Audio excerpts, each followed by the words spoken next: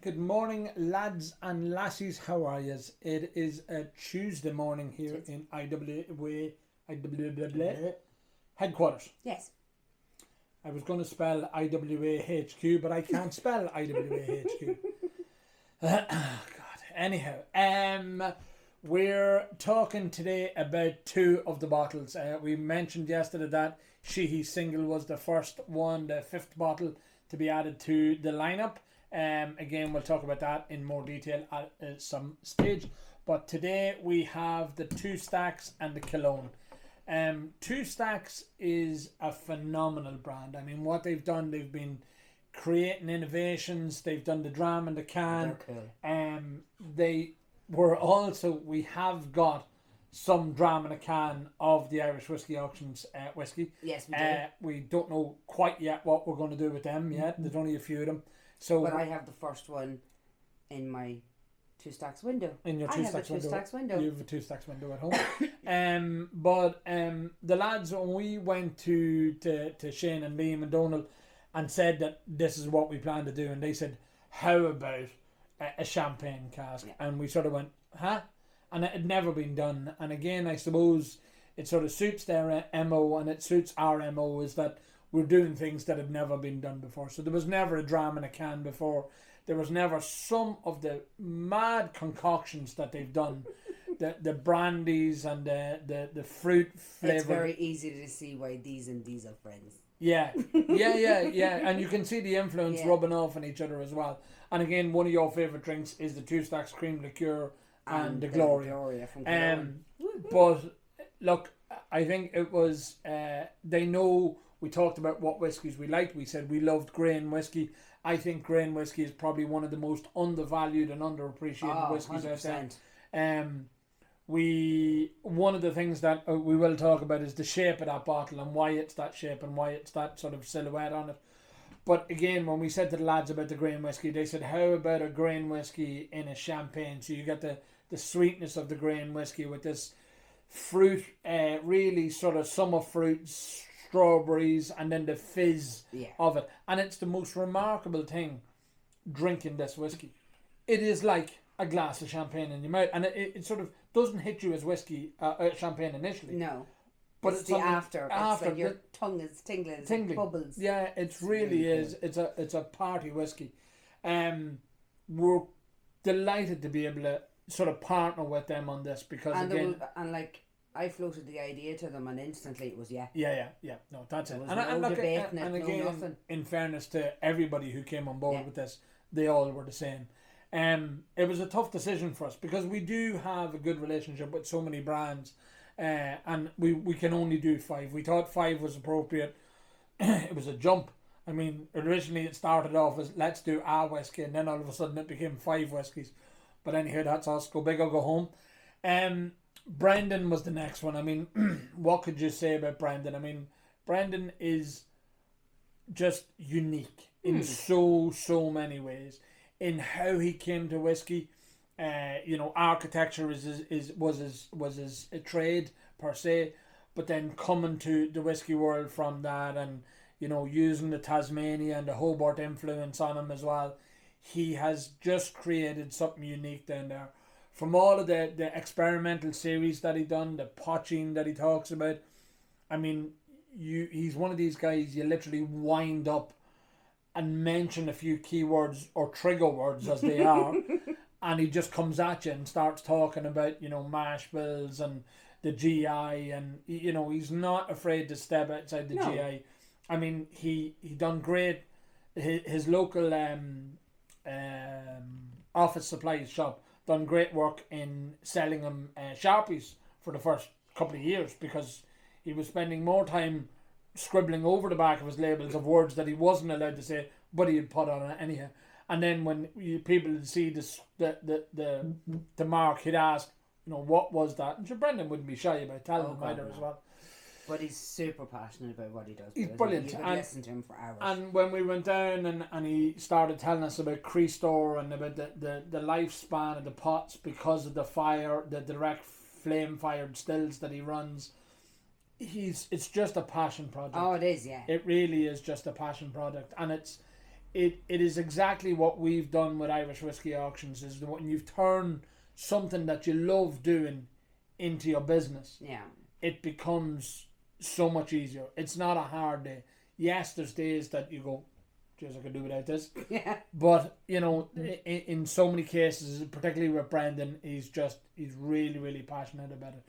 So as I say, to have the two of those side by side, as they are nearly in life, because Two Stacks is in Newry, County Down, Cologne is in the Mourne Mountains. They're over at Cologne, just outside Warrenpoint.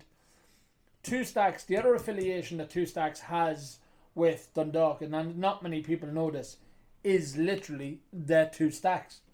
So the Two Stacks themselves are a tip of the hat from the lads to the two massive chimneys that were here in the distilling. Brian Foreman, wasn't it? Not Brian Foreman, Malcolm Brown. Malcolm Brown. I knew it was Malcolm a Brown Brown. somewhere. Somebody was Brown somewhere along the line. There you go. Malcolm Brown in Dundalk, massive distillery that was here in Dundalk at one stage.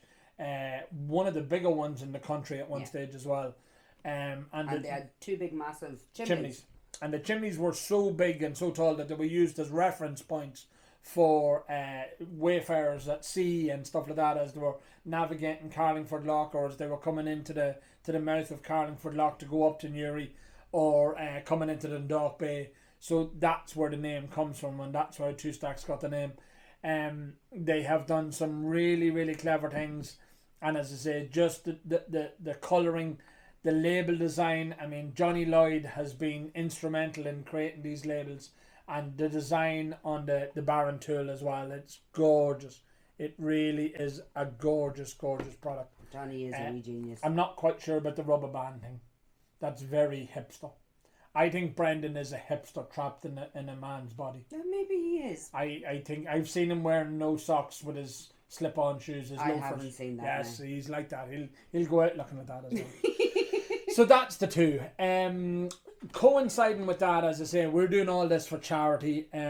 Charity is very important to us. I mean, we there was a lot of times in our lives where we're only for the help and support of others. Course. We wouldn't be where we are. But charity, we sort of always said that we'd give back. So when it come up to do something like this, we said we'd have to do it with charity again. We've got 5 charities involved eventually. I will tell you the story about the charity. Tough. It's tough going. But a lot of charities don't want to be involved with the alcohol industry, or don't want to even receive the benefits of the alcohol industry. It's getting tougher and tougher there to give money to charity, particularly if you're involved with alcohol. But so 2 of the charities that we're doing this is Bumbulance and Rosie's Trust. So Bumbulance, as everybody knows, we've done a few fundraisers with them, with that group that cannot be named. They done the jackpot, and we done a few other things with Bumbulance as well. Bumbulance is a real good cause. I mean, the money that they raise, what they do is really tough. I mean, they help kids that are coming home from, you know, long illnesses. They coming home from hospitals, and the ambulance itself, them to appointments, or bringing them to appointments and home. But they've got you know, PlayStations and toys. It's totally kitted out. It's really kitted and sensory ambulances. Yeah, for as well. kids with sensory problems. Issues It's as well. it's class. Yeah. They do sort of the final ride sometimes for kids as well, if they're going home to unfortunately, if all treatments have failed as well. So it's our pleasure to be able to help something like that. I mean, kids are very important. We've been lucky in our lives that our kids are big and healthy and grown up, and a pain in the ass. If you're watching, you're a pain in the ass. But we love you. We love you. We love our kids. And then the other one is Rosie's Trust, and Rosie's Trust is not dissimilar as well. So Rosie's Trust helps people who are elderly or infirm, and they actually make sure that their animals or their pets Can stay with them. So if you've got an elderly person who's unable to walk their dog or unable to care for their dog correctly, feed their cat or anything like yeah, that. Rosie's Trust steps in. And if people are gone into hospital for an extended period of time, Rosie's Trust steps in again as well. This charity is based primarily in Northern Ireland. Mrs. Jarlath from Dunville's was involved with that, and you know who you are. And she brought it to our attention, and Jarlath brought it to our attention previously, so we were only glad to help them as well. It just means that elderly and infirm people don't have to go through their later years or their sicknesses and not have their beloved animals with them. Well, we know how important. I mean, our dog Izzy passed away in February of this year, and I mean, I know how important she was to our family. Oh, God, she was there for our kids growing up. She was there for, you know, all the important moments in our lives when Katie be throwing me out of the house yet again. Never once happened in his lifetime. He's a liar. But I had the dog to console me and comfort me. I would say I'm in the doghouse, but our dogs live the life of luxury as well. Do, yes.